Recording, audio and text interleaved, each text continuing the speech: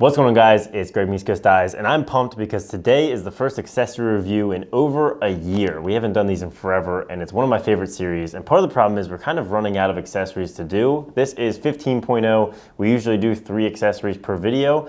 That's going to bring you to like 50 accessories. There's not that many in lacrosse. So if you have suggestions for stuff you want us to cover, leave them in the comments. That being said, we have a fantastic lineup today of stuff to show you, and we're getting ready for the spring season, so let's hop into it. First up, we have these college replica jerseys from the Lacrosse Network. I looked it up, and there's really almost no way to get college replica jerseys. If you want to rep your favorite team, wear a jersey during the season to games, the Lacrosse Network is pretty much the only way to do it. They have like 7 or 8 teams. Obviously, I asked for Maryland. It's not going to be a full game replica. You know, the game jerseys that these teams are wearing on Saturdays are really, really nice. But it's pretty nice. It's got the stitched in collar here. It's nice and stretchy, nice and light. I got a large, it fit pretty well. You get the number on it, so I've got Maryland. Obviously for Maryland, you've got number 1. It's basic, but it's gonna get the job done and give you something to wear on game days. Like I said, you can't really get college lacrosse jerseys anywhere, and Lacrosse Network has some of the most popular teams for you guys to wear. And so it's not, you know, fully stitched, but for the price, you get a pretty decent jersey and it gives you something to wear this season, rep your favorite team. Next up, we've got the Wickers Lacrosse Glove Liner. This is a new product, came out on Kickstarter, I think overfunded. Their goal was 10,000, they did beat that, sold out, and now you can get them on their website. We'll put the link in the description. And you can have them for March delivery. So if you guys have ever played lacrosse in the cold, which we're getting ready to do, you know your hands is the worst part. It's very important, obviously, with lacrosse to have good dexterity. Lacrosse gloves are not built for insulation. They're actually built for maximum airflow and lightweight. So they're really built to keep your hands as cold as possible, which is great when it's warm, not so great when it's cold. So the classic go-to when I was in college was you grab these from the training room, put the blue glove on. It's not really thick or insulating, but what it does is traps all the heat and moisture in. So you end up with this kind of like a warm, damp, and sweaty hand, but they're nice and thin. And so when you put them on under your glove, you didn't really notice them, and you had all the feel that you would without them. So it was nice because it kept your hand not insulated, but a little warmer, and you didn't lose that feel. I could never wear, some people did wear like winter gloves under the lacrosse gloves. I could never do it. It just felt too clunky. So that's where this company came in, sent a really nice note from the founder. And so we've got some larges here. So you get a pair, they're left and right. And so, you know, it's just a little spandex glove, a liner, you stick that on there. And so what they did that was really smart is took the fingers off. So you get a thin layer of insulation. In your palm, you don't need quite as much feel, but you do need your fingertips. Get nice insulation, goes up a little higher, so it'll, you know, cover a little bit of your wrist, which is nice.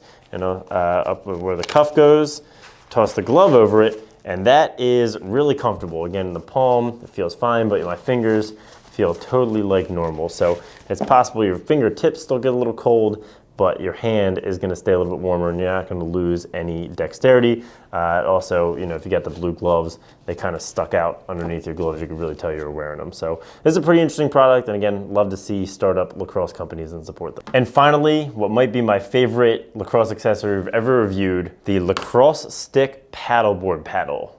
We were blown away when we found these on Amazon.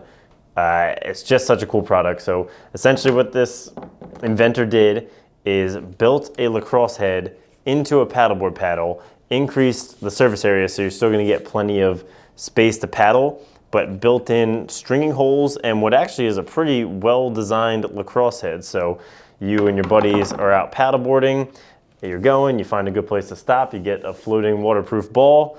It's actually kind of a similar size to a lacrosse stick, and so it extends, oh, okay, went too far. That's easy to put back in. It extends just like a normal paddleboard.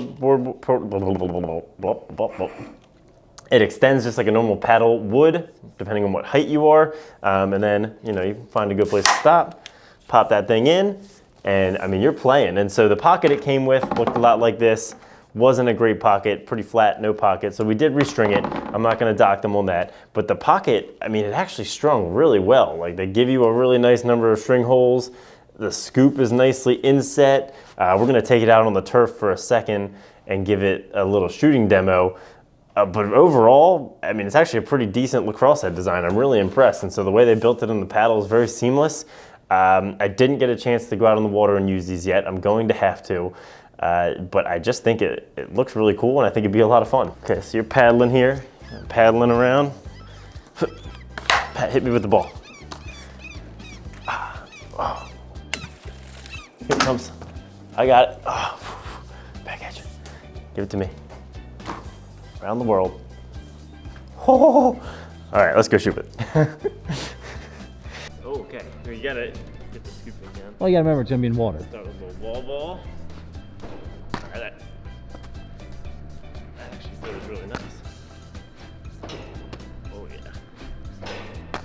Yeah. Oh, that was close. You're there. How effective would that be as a paddle? I think it's bigger than a normal paddle, so I think paddle surface area is actually similar. Look at this, you don't even need a ball bucket. Just fill the paddle up. That's at least 15 balls. Toe drag. Pretty good. Oh, so close.